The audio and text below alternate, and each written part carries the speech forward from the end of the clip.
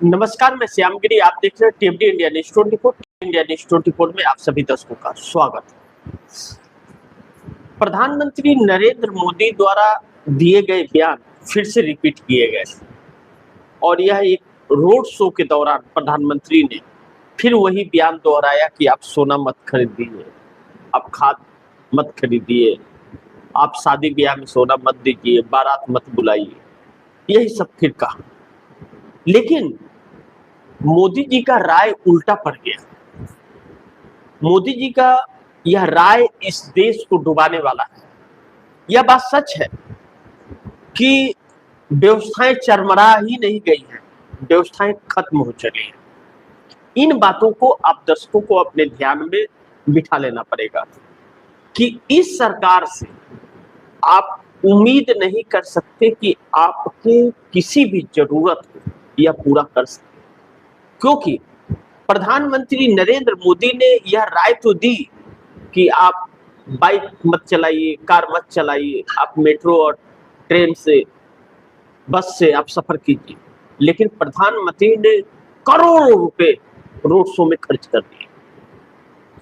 जो विदेशी मुद्रा भंडार की कमी हो रही है, तो आम नागरिक जिस बाइक को पेट्रोल से चला रहा है, प्रधानमंत्री की कार भी उसी से चल रही है। प्रधानमंत्री की कार इलेक्ट्रॉनिक नहीं है, वह इलेक्ट्रिक से नहीं चलती है, वह भी उसी से चलती है। ऐसे में उस रोड शो का क्या जरूरत था आपको हाथ हिलाने की? बताइए, किस कारण आप रोड शो, क्या अहमियत क्या रखता है? आपके ऊपर जो फूलों की बारिश की जा रही है, करोड़ों रुपए खर्च करके क्यों की जा रही है? पहले हमारे देश के प्रधानमंत्री को यह स्वयं को रोकना चाहिए कि विदेशी सामान का इस्तेमाल न करे। हर एक चीज प्रधानमंत्री का विदेशी है। कोई भी चीज इस देश का, हमारे देश के पहले प्रधानमंत्री है नरेंद्र मोदी, जो हमारे देश का कोई भी सामान इस्तेमाल नहीं करते हैं, हर सामान विदेशी इस्तेमाल करते हैं, पहले प्रधानमंत्री। हर चुनाव में रैलियां इनकी होती है, चाहे वह पार्षद का चुनाव हो, चाहे विधानसभा का हो, चाहे किसी का भी हो, हर वक्त रैलियां करते हैं। यह पहले प्रधानमंत्री है। पहले के प्रधानमंत्री जो थे वह लोकसभा चुनाव में 2-4-10 रैलियां कर देते थे, उसके अलावा कुछ नहीं करते थे, पार्टी करती थी अपनी। लेकिन यहाँ प्रधानमंत्री और गृह मंत्री प्रचार करता है, बाकियों का कोई जिक्र नहीं है। तो यह सारी चीजें जो हो रही हैं, तो उसमें खर्च जो आ रहा है। लेकिन हम मेन मुद्दे पे आए, हम उधर, हम लोग को भटकना नहीं चाहिए। अब प्रधानमंत्री ने जो राय दिया, सोना न कर दिए, पहले इसी पे बात करें आपका कि रिएक्शन क्या हुआ। अब इससे जितने सोना व्यापारी हैं, इसका मतलब प्रधानमंत्री ने, और इसका असर पहले इसे आप समझ लीजिए कि प्रधानमंत्री ने कोरोना के वक्त पेटीएम का प्रचार किया कि आप पेटीएम कीजिए, तो हर किसी ने पेटीएम इस्तेमाल करना शुरू कर दिया। उसके बाद गूगल पे, फोन पे, यह सब कुछ आया। पेटीएम का प्रचार इन्होंने किया। पेटीएम क्या हुआ? ले डूबा लोगों को। पेटीएम पर रोक लग गई, आरबीआई ने रोक लगा दिया। बहुत बड़ी धांधली हो रही थी पेटीएम से। अब प्रधानमंत्री कह रहे हैं सोना मत खरीदिए। प्रधानमंत्री ने कहा सोना मत खरीदिए। अब सुनिए, अब प्रधानमंत्री नरेंद्र मोदी के भाषण के बाद कल जब फिर भाषण आया, तो सोना व्यापारियों ने क्या किया? एक धरने पे बैठ गए, उतर गए सड़क पर। इसे ध्यान से सुनिए, उन्होंने पोस्टर क्या बनाया व्यापारियों ने। सर्राफा व्यापारी के पक्ष में विरोध। सर्राफा में हीरा, सोना, इन सब में काम करने वाले जो मजदूर होते हैं, कारीगर होते हैं, या व्यापारी जो दुकान बेचते हैं, अब कह रहे हैं कि सरकारी व्यापारियों के पक्ष में विरोध। हमारा व्यवसाय हमारा अधिकार। व्यापारियों का कहना है कि हमारा व्यवसाय हमारा अधिकार। पोस्टर बनवाया है उन व्यापारियों ने। कल मोदी ने कहा देश के लोग सोना न खरीदे 1 साल तक। हम सर्राफा व्यापारी इस बयान का पुरजोर विरोध करते हैं। कौन कह रहा है? वही सोना व्यापारी कह रहे हैं, हम पुरजोर इसका विरोध करते हैं। अब सोचिए कि सर्राफा में सोने की जो कंपनियां है, इसमें जो काम होता है उसमें तकरीबन 50 लाख लोग काम करते हैं। मैं एक नॉर्मल आंकड़े आप दर्शकों को दे रहा हूं, एक नॉर्मल आंकड़े जो है देश के वह दे रहा हूं आपको। यह नॉर्मल आंकड़े, एक बात आप दर्शकों को जानना बहुत जरूरी है और मैं गुजारिश करूंगा कि बहुत ध्यान से इस खबर को देखिए। न समझ आए तो लाइव समाप्त होने के बाद रिमाइंड करके फिर एक बार देखिएगा। अब ध्यान से समझिए, इन सराफा व्यापारियों का जो मैं 50 लाख लोगों के काम करने का जो बता रहा हूं कि इन व्यापारियों के पास जो काम करते हैं या गवर्नमेंट के पास रजिस्टर्ड जो बड़े व्यापारी हैं उनकी बात कर रहा हूं मैं। गांव चौराहों जिले में जो छोटे छोटे दुकान है जो 2-3 लोगों को रख करके लोग करते हैं उनकी बात नहीं कर रहा हूं मैं उन बड़े व्यापारियों की बात कर रहा हूं जहां से होलसेल में माल छोटे दुकानदार लेकर के जाते हैं, उन व्यापारियों की बात कर रहा हूं। उसमें 50 लाख सरकारी आंकड़े के अनुसार लोग काम करते हैं। एक साल काम न होने का मतलब कि 50 लाख लोग वह बेरोजगार हो जाएंगे। नंबर 1, वह 50 लाख लोग बेरोजगार हो जाएंगे। दूसरी चीज, 50 लाख लोग बेरोजगार होंगे तो एक व्यक्ति के घर में कम से कम 4 लोग तो होंगे। अगर वह व्यक्ति कमा रहा है तो उसके घर में 4 लोग, उसकी बहन होगी, माता होंगे, पिता होंगे, बीवी होगी, वह खुद है, 4 लोग तो होंगे। तो आप सोचिए 50 लाख लोग एक साल के लिए बेरोजगार जब होंगे, उनको कोई और काम तो आता नहीं, वो सोने का ही कढ़ाई करते हैं, वह सोने के ही सामान बनाते हैं। शादी ब्याह फंक्शन जन्मदिन बच्चे का जन्म पर हर चीज पर दिया जाता है, जिसकी जितनी हैसियत होती है छोटा बड़ा वो लेकर देता है। तो वह 50 लाख लोग जब बेरोजगार होंगे, एक साल के लिए व्यापार बंद होगा, तो फिर उसके पीछे 4 लोग हैं, यानी कि 2 करोड़ लोग तबाह हो जाएंगे इस देश के। यह मैं आपको सिर्फ उन रजिस्टर्ड लोगों का बता रहा हूं जो बड़े होलसेलर हैं।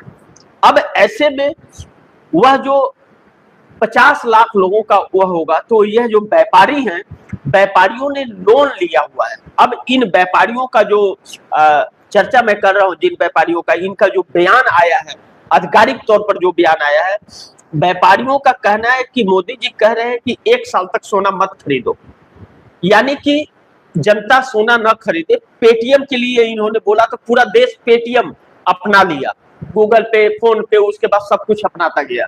लेकिन पेटीएम प्रधानमंत्री के एक बार बोलने पर पूरा देश ने अपना लिया। अब अगर देश की जनता इनकी बात मान करके और सोना खरीदना बंद कर दे तो हमारी दुकानें बंद हो जाएंगी। बंद होने का तात्पर्य यह है कि हमने जो कर्ज लिया है, बैंक से लोन लिया है, वह लोन कौन चुकाएगा और वह ब्याज को कहां से लाएंगे हम, जब व्यापार ही बंद रहेगा। लोन तो हो चुका है, उसका किस्त चालू है, ब्याज लग रहा है, तो 1 साल का ब्याज क्या सरकार देगी? और उन परिवारों का क्या होगा जिनकी दुकानें बंद होगी? उनके परिवार कितने होंगे, उनके परिवार का क्या होगा? अब मैंने तो 2 करोड़ लोग, आम जनता जो परेशान होगी, 50 लाख मजदूर जब निकलेंगे उनके परिवार के लोग परेशान होंगे, वह 2 करोड़ संख्या होती है, तो इनके कितने होंगे? अब इसके तह में जाते हैं हम लोग, निचले स्तर पर, जिसकी चर्चा कोई नहीं करता। अब इन दुकानदारों से तो क्या नाम है कि मजदूर बेघर हो ही गए। अब छोटे दुकानदार जो हैं, जो गांव में हैं, चौराहे पे हैं, कस्बे में हैं, वह वहां पर दुकान खोल करके ऐसे लोगों से सामान ले करके आते हैं और गांव देहातों में उनका परिचय होता है, तो विश्वास पर वह लोग उससे सामान बर्बाद करके ले लेते हैं शादी ब्याह का।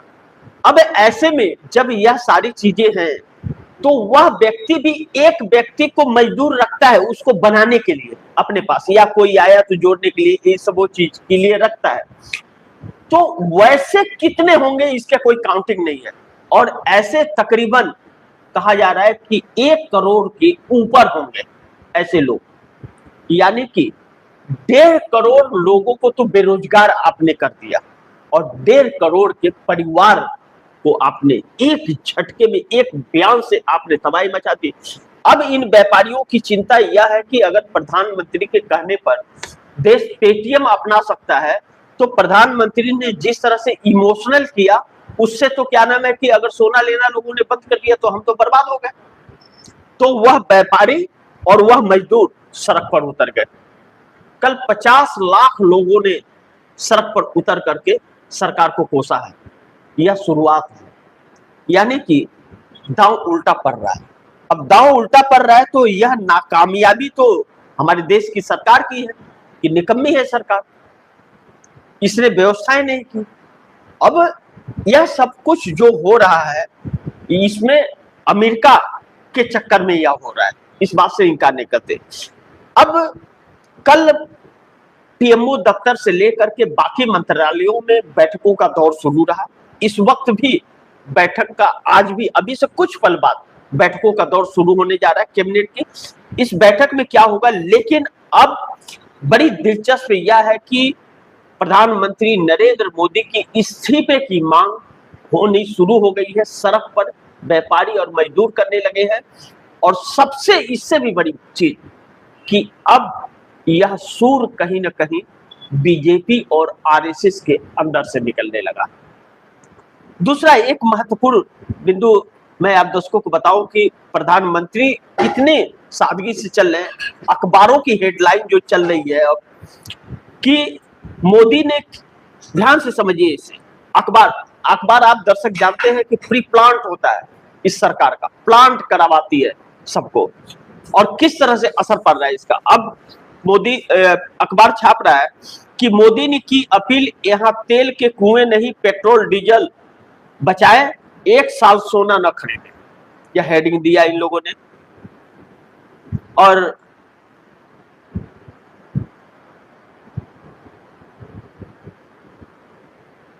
यह कहा जा रहा है सरकार की तरफ से कि इन 4 महीनों में ही 22 लाख करोड़ खर्च हो रहे हैं सोना में, कमी आई है। अब ऐसे में हम इस अखबार को हम यहीं तक लेते हैं कि नहीं तो इस प्रोग्राम का दिशा चेंज हो जाएगा। हम सिर्फ इस अखबार के हेडलाइन को, एक हेडलाइन को, मुख्य पृष्ठ का हेडलाइन को लेते हैं जो सभी अखबारों का है कि मोदी ने की अपील, यहां तेल के कुएं नहीं पेट्रोल डीजल बचाए, 1 साल सोना न खरीदे। हम इतने ही पर चर्चा करते हैं, नहीं तो प्रोग्राम बहुत लंबा होगा। अब तेल के कुएं नहीं है तो यह आज से तो है नहीं, हमारे देश में तेल निकलता ही नहीं तो तेल के कुएं कहां से खोदेंगे। प्रधानमंत्री मोदी ने तकरीबन 40,000 करोड़ रुपया खर्च किया तेल का कुआं खोदने में, और एक छोटा सा अंश निकला, यानी कि उससे एक घर का बाइक भी नहीं चल सकता। तो 40,000 करोड़ तो प्रधानमंत्री ने उड़ा दिया उसमें, सरकार ने। क्यों? और उसको लेकर के मीडिया ने यह चलाया कि तेल का कुआं निकला, हमको किसी की जरूरत नहीं। जैसे 2000 रुपए के नोट में चिप ढूंढ रहे थे या मीडिया वाले, वैसे ही। इसीलिए देश विरोधी मीडिया कहता है। अब आते हैं इन चीजों पर। पेट्रोल डीजल की किल्लतें सिर्फ हमारे देश में नहीं, हर देशों में। अब हो गया है 110 रुपया, $110 प्रति बैरल। एक चीज ब्रेकिंग जो अभी आप दर्शकों को बता दो कि अभी इस वक्त सारे शेयर फिर गिर रहे। कल 5 लाख करोड़ रुपए का शेयर मार्केट में मात्र 2 घंटे में प्रधानमंत्री के बयान के बाद हुआ, और आज प्रधानमंत्री का रिएक्शन जो है वह शेयर मार्केट में फिर देखने को मिल रहा है। पूरी तरह से क्रैश हो रहा है मार्केट। अभी सुबह से ही मार्केट क्रैश होना शुरू हो गया है। शाम तक कितने नुकसान होंगे वह देखना महत्वपूर्ण होगा। अब सोचिए, रसिया हमें सब्सिडी पे तेल देता था, वह छूट देता था। ईरान हमें छूट में देता था और भारतीय करेंसी में देता था तेल, और वह 1 साल के उधार में भी देता था। 6 महीने, 1 साल, 3 महीने, 1 महीने, जितना का उधार चाहिए उतने दिनों के उधार पर देता था, और पैसे हमें रुपया में देने पड़ते थे। ईरान ने खाता भारत में खुलवाया और वह पैसे भारत के ही बैंक में जमा होते थे, यानी कि हमारे पैसे हमारे ही पास है और हमें सुविधाएं मिल रही हैं कम। और इंश्योरेंस के चार्जेस जो थे, जो शिप आती थी, उसका भुगतान ईरान स्वयं करता था। अब ईरान से इन्होंने बंद करके इजराइल से दोस्ती कर ली, रसिया को ट्रंप के बोलने पर छोड़ दिया। अब जो सब्सिडी और छूट में कम रेट में मिल रहा था वह हमने छोड़ दिया। अमेरिका और वेनेजुएला, जो वेनेजुएला अमेरिका के कब्जे में अब आ गया, वहां के राष्ट्रपति को अगवा कर लिया अमेरिका ने। तो ऐसे में अमेरिका से जो हमारा सामान आ रहा है, आएगा, पेट्रोल आ रहा है या डीजल आएगा या गैस आएगा, वह रसिया और ईरान के मुकाबले डबल आएगा, होगा, उसके मुकाबले डबल होगा जो हमें मिल रहा था। अब दूसरी चीज यह समझने की एक बात यह है कि यह सारी चीजें तो हैं, यह सब ट्रंप के और अमेरिका के चक्कर में ही है।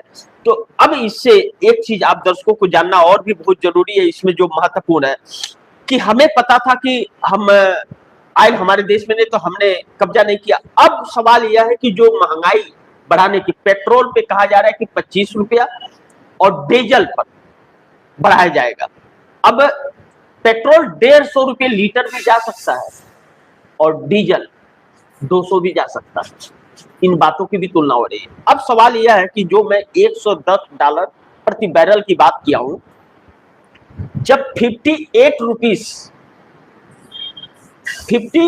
रुपीस था तो भी इस सरकार ने हमसे 100 रुपये ही लिए पेट्रोल के, 100 से 97, 93, कहीं 105, कहीं 101, इस तरह से अलग अलग दिशाओं का ट्रांसपोर्टिंग के हिसाब से उसके रेट बढ़ते हैं, हर स्टेट के कम बेसी होते हैं, इन बातों को ध्यान रखिएगा। अब ऐसे में जब रेट कम हुआ तो इस सरकार ने यह नहीं किया, इससे 54 लाख करोड़ रुपए का इस सरकार ने फायदा उठाया, लेकिन देश को 1 रुपया भी पेट्रोल कम नहीं किया। दूसरी चीज, 110 रुपये, माफ कीजिएगा, $110 प्रति बैरल मनमोहन सिंह के वक्त भी गया था, तभी भी 58 रुपीस ही पेट्रोल था, $108 गया था तभी भी। आज $108 पर क्यों यह सरकार ऐसे कर रही है? और $58 प्रति बैरल मिल रहा था तो भी वही रेट था, अब $110 हुआ है तो बढ़ा रही है। जब कच्चा तेल का कीमत कम था तो यह सरकार हमसे कम नहीं की, खुद कमाई और कंपनियों को फायदा पहुंचाया। अब जब बढ़ गया है तो फिर हमसे क्यों जनता के ऊपर ठोक रही है? क्योंकि यह पैसे ज्यादातर इस सरकार अपने चुनाव में खर्च कर रही है, सरकारी धन को, और इसलिए इस देश की जनता को बेवकूफ बनाया गया। 4 वह वजह है जो इस देश के बर्बादी का कारण बन रही है। पहला, नोटबंदी, जो इस देश के कमर को तोड़ दिया। उसके बाद में जीएसटी, इस देश को लंगड़ा कर दिया। उसके बाद कोरोना काल का लॉकडाउन, इस देश की हाथ, जो दाहिना हाथ होता है, उसी को काट करके रख दिया। और नरेंद्र मोदी की विदेश नीति ने बाएं हाथ को भी काट करके बर्बाद कर दिया। यानी कि पूरे शरीर को अपंग करके एक गर्दन गले में लटक रहा है, और उस गर्दन का काम है सिर्फ बोलना और पाखंड करना। बाकी न पैर काम कर रहा है, न हाथ काम कर रहा है, न कमर इधर उधर झुक रही है, क्योंकि वह टूट चुकी है। आप दर्शकों को इन छोटी सी मुहावरे के तौर पर मैंने समझाने की कोशिश की। कुछ शब्द हैं जो गाइडलाइंस की वजह से आप दर्शकों के सामने नहीं बोल सकते, लेकिन इससे समझिए कि जब आपके पैर तोड़ दिए जाए, कमर टूट जाए, हाथ कट जाए आपके, तो फिर आप किस काम के रहेंगे? इसका अंदाजा आप लगा लीजिए। सेम परिस्थिति इस देश की आकर के ला करके हमारे देश के प्रधानमंत्री नरेंद्र मोदी ने खड़ी कर दी है। किस दिशा में जा रहे हैं? इस सरकार के पास कोई नीति नहीं है, इस सरकार के पास सॉल्यूशन कोई नहीं है, इस सरकार के पास वह ब्लूप्रिंट्स नहीं है कि हमें किस तरह से और किस सेक्टर पर ध्यान देना चाहिए। जिस देश में कि 144 करोड़ आबादी हो, वह देश तभी विकसित कर सकता है जब मैन्युफैक्चरिंग सेक्टर उसका कामयाब हो। और इसके लिए एमएसएमई, जिसे लघु उद्योग कहा जाता है और सरकार की भाषा में एमएसएमई कहा जाता है, जब तक वह एस्टेब्लिश नहीं होगा तब तक यह देश ना आगे बढ़ सकता है और ना ही लोगों को सुकून से भोजन मिल सकता है। क्योंकि एमएसएमई के तहत लघु उद्योग कंपनियां जो होती हैं वह गांव के चौराहे पर, वह जिले में तहसील स्तर पर, ब्लॉक स्तर पर, शहरों में, छोटे छोटे शहरों में, बड़े बड़े शहरों में एमएसएमई लघु उद्योग के तहत जो लगती है वह कंपनियां ज्यादातर छोटे लोगों को काम देती है। 10 पास हो, 8 पास हो, मजदूर हो, पढ़ा लिखा ना हो, उसे भी रोजगार देती है। यही सब कंपनियां टेक्निकल कंपनियां होती है। कोई बिल्डिंग बनवा रहा है, कोई फैब्रिकेशन करवा रहा है, कोई कुछ कर रहा है, कोई कुछ कर रहा है। इसमें आता है कि जिस तरह से आप हेल्पर को ले लीजिए, मजदूर को ले लीजिए, रीगर को ले लीजिए, खलासी ले लीजिए, सुपरवाइजर ले लीजिए, फोरमैन ले लीजिए, इसमें आप वेल्डर ले लीजिए, राजमिस्त्री, कारपेंटर, इन सभी कैटेगरियों के लोगों को काम कौन देता है? इसे एमएसएमई कंपनियां, लघु उद्योग कंपनियां देती है। और आपने लघु उद्योग कंपनियों को बंद कर दिया, उस पर आपने ध्यान ही नहीं दिया। तो फिर आज परिस्थितियां, हालत खराब हो चुके हैं। आज हमारे काबू में नहीं है यह स्थिति। और जब काबू में, अब दूसरी पहलू पर मैं आता हूं इसमें। अब आप यह सोने पे हम लोग बात करेंगे, लेकिन आप पेट्रोल और डीजल पर बात कर लीजिए। प्रधानमंत्री ने क्या कहा, इस तौर को पहले आप दर्शकों को समझना जरूरी है। प्रधानमंत्री ने कहा कि आप मेट्रो का इस्तेमाल कीजिए, आप बस का इस्तेमाल कीजिए, आप पर्सनल गाड़ियों को न ले जाइए। जब आपके गाड़ी में 7 सीट है, आपके पास 7 आदमी है, तो आप जाइए, उससे भी बचने की कोशिश कीजिए, आप मेट्रो और बस से ही जाइए। ठीक है, ऐसा क्यों कहा प्रधानमंत्री ने? अब पेट्रोल कौन यूज करता है सबसे ज्यादा? हमारे देश में बाइक की संख्या बहुत काफी है। बाइक, मोटरसाइकिल की संख्या बहुत ज्यादा है हमारे देश के अंदर। जब मोटरसाइकिल की संख्या ज्यादा है, प्रधानमंत्री जानते हैं कि एक गरीब के घर में बाइक है, जो क्या है कि बहुत सामान्य जीवन जी रहा है, वह भी किसी न किसी तरह से एक पुराना ही बाइक लेकर के अपना काम चलाता है। क्यों? अपने जरूरतों के अनुसार वह काम करता है। ऐसे में बाइक में पेट्रोल छोटे, मध्यम और मिडिल क्लास के लोग करते हैं। कार का इस्तेमाल ज्यादातर मिडिल क्लास के या उन गरीबों के लोग करते हैं जो रोजगार नहीं पाते हैं, तो गाड़ी खरीद के किराए पे चलाते हैं, यह लोग करते हैं। अब आप उसे बंद करने के लिए कह रहे हो, यानी कि पेट्रोल पर रेट बढ़ने का मतलब है कि छोटे तबके और मिडिल क्लास के लोगों पर सबसे ज्यादा पड़ेगा, सबसे ज्यादा पड़ेगा। और डीजल पर रेट आप बढ़ाते हो तो ट्रांसपोर्टिंग पे पड़ेगा। ट्रेन डीजल इंजन भी होता है, इलेक्ट्रिक इंजन भी होता है, और ज्यादातर जगहों पर डीजल इंजन जा रहा है, डीजल इंजन उस पर पड़ेगा। बस का ट्रक, इन सब चीजों पर डीजल, तो ट्रांसपोर्टिंग आपकी बढ़ेगी। ट्रांसपोर्टिंग जब बढ़ेगा तो वह गाड़ी मालिक नहीं भरेगा, ट्रांसपोर्ट वाला नहीं भरेगा जो बुक कर रहा है, वह भरेगा कौन? आम जनता। वह सारा जोड़ करके मैन्युफैक्चरिंग कंपनियां वाला उसी पैकेट पर रख देंगी कि इतना ट्रांसपोर्टिंग आया, इतना हमारा प्रॉफिट है, इतना वो है, और उसके बाद में इतना सरकार का चंदा है, और माल को डिस्ट्रीब्यूट करेगी। जब डिस्ट्रीब्यूट करेगी तो आपके पास 1.5 रुपया का सामान 2 रुपये 10 पैसे में पहुंचेगा। और जब वह छोटे दुकान पर जाएगा, डिस्ट्रीब्यूट, होलसेलर डिस्ट्रीब्यूट करेंगे। अब कंपनी वाला गांव गांव तो लेकर के बांटता नहीं है, कंपनी वाला होलसेलर को दिया, होलसेलर वाला जब छोटे दुकानदारों को देगा तो वह छोटा दुकानदार जो है वह आपसे उस 2 रुपये 10 पैसे का वह 2.5 रुपये लेगा। तो आपको तो रेट कितना महंगा पड़ गया, किस तरह से इसका फर्क पड़ा। तो इसलिए यह विरोध हो रहा है कि मोदी ने कह दिया तो पेटीएम बढ़ गया। तो अब सराफा व्यापारियों का कहना यह है कि मोदी ने कह दिया, अब तो देश सुनेगा, तो हमारा क्या होगा। और पेट्रोल डीजल पर अभी डिसाइडेड, यह लोग सब कुछ डिसाइड करके रखे हुए हैं, यह सरकार सब तय करके रखी है कि आपको कितना काटना है, पेट्रोल में कितना काटना है, डीजल में कितना काटना है, और उस कंपनी को इतना फायदा होगा तो चंदा कितना लेना है, यह सब कुछ डिसाइडेड है। सिर्फ एक ड्रामा किया जा रहा है देश को भ्रमित करने के लिए, और अखबारों में छपवा करके, टीवी में डिबेट करके इसे एक मैनेजमेंट कोर्स कहते हैं, वह मैनेजमेंट किया जा रहा है इवेंट का, ताकि एक बार बढ़ा दो। और आप दर्शकों को अब बताने जा रहा हूं, इमरजेंसी बैठक जो हो रही है इसमें सिर्फ यही चीजें नहीं है। अब इसमें जो इस सरकार के डाटे हैं, जो सरकार इस सरकार ने जो बजट में पेश किया था डाटा, बजट में अभी 2026-27 का जो मार्च अप्रैल में डाटा पेश किया गया, इस सरकार ने 214.82 लाख करोड़ रुपए का कर्ज ले रखा है, और यह कर्ज डॉलर में है, इसे भरना डॉलर में है, और रुपया 100 के पार होने की उम्मीद बताई जा रही है। सरकार के होश उड़े हुए हैं। और दूसरी बड़ी चीज, यह सरकार कर्ज, पहले की सरकारें 5 से 10 साल के लिए कर्ज लेती थी, मोदी सरकार 50 साल के लिए लेती है, कि लेने वाला रहेगा नहीं इस दुनिया में, और इस दुनिया में जो जन्म नहीं लिया है और जो जन्म लेगा वह मोदी का कर्ज भरने के लिए लेगा।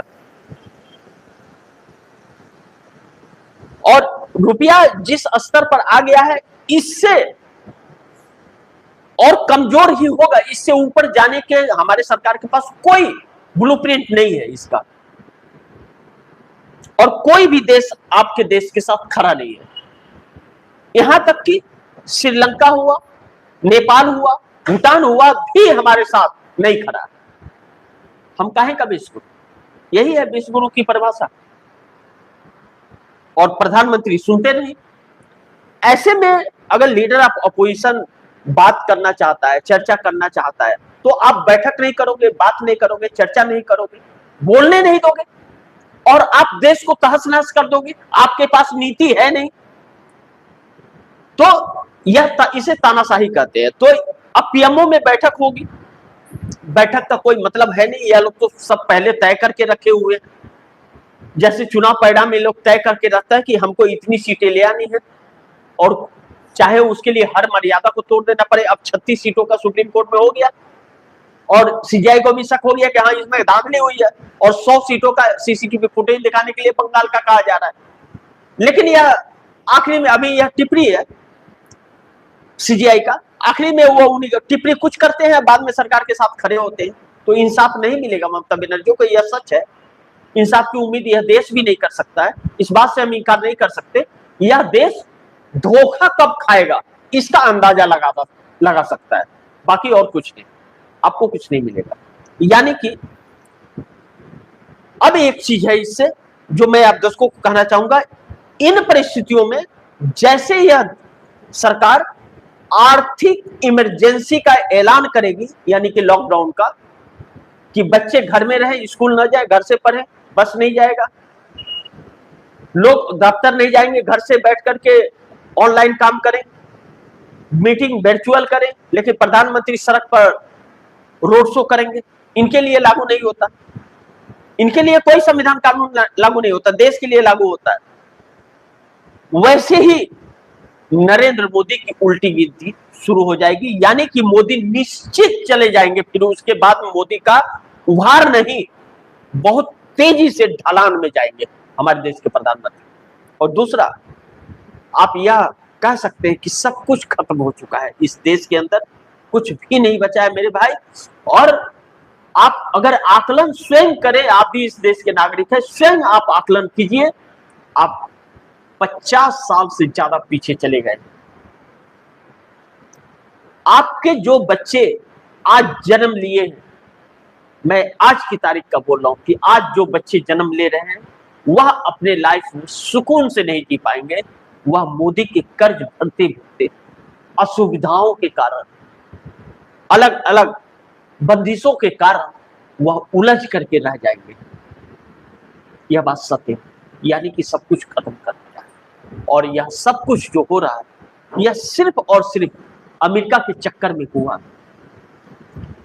राहुल गांधी की कही हुई एक एक बात सत्य साबित हुई है, हम इस बात से इनकार नहीं कर सकते। चाहे वह नोटबंदी का वक्त हो, जीएसटी का हो, चाहे कोरोना का हो, लॉकडाउन हो, चाहे ट्रेड डील का हो, सब कुछ हो। आप 9 लाख करोड़ रुपए का सामान वहां से लेकर के अमेरिका से आओगे, और 1 रुपया टैक्स नहीं लगा, और आप देश की जनता को बोल रहे हो कि आप मत खरीदो, ये मत करो, वो मत करो, और आप विदेशी सामान खरीद के लाओगे। इस देश में 10 करोड़ लोगों के पास पासपोर्ट है, मात्र 10 करोड़ लोगों के पास पासपोर्ट है। वह 10 करोड़ कौन है? ज्यादातर मजदूर जो बाहर जाकर के काम करना चाहते हैं, उससे भी देश को ही फायदा होती है कि विदेशी करेंसी आती है। आप बोल रहे हो कि मत जाओ। सोचिए किस हालात में यह देश आकर के खड़ा हो गया है। अब क्या उम्मीद करें, लेकिन एक बात तो कह सकते हैं कि मोदी की राय जो थी वह उल्टा पड़ गया है। इनकी बात मानने के लिए अब सड़क पर लोग उतर गए हैं इसको लेकर के। बाकी इसी के साथ मैं आप दर्शकों से इजाजत चाहूंगा और गुजारिश करूंगा इस खबर को ज्यादा से ज्यादा शेयर करें, अपने दोस्तों को भी कहें आगे शेयर करें। आपने टीएफडी इंडिया न्यूज़ 24 को सब्सक्राइब नहीं किया, सब्सक्राइब कर लीजिए, अपने दोस्तों को भी कहिएगा सब्सक्राइब करें। मिलते हैं अगली खबर के साथ।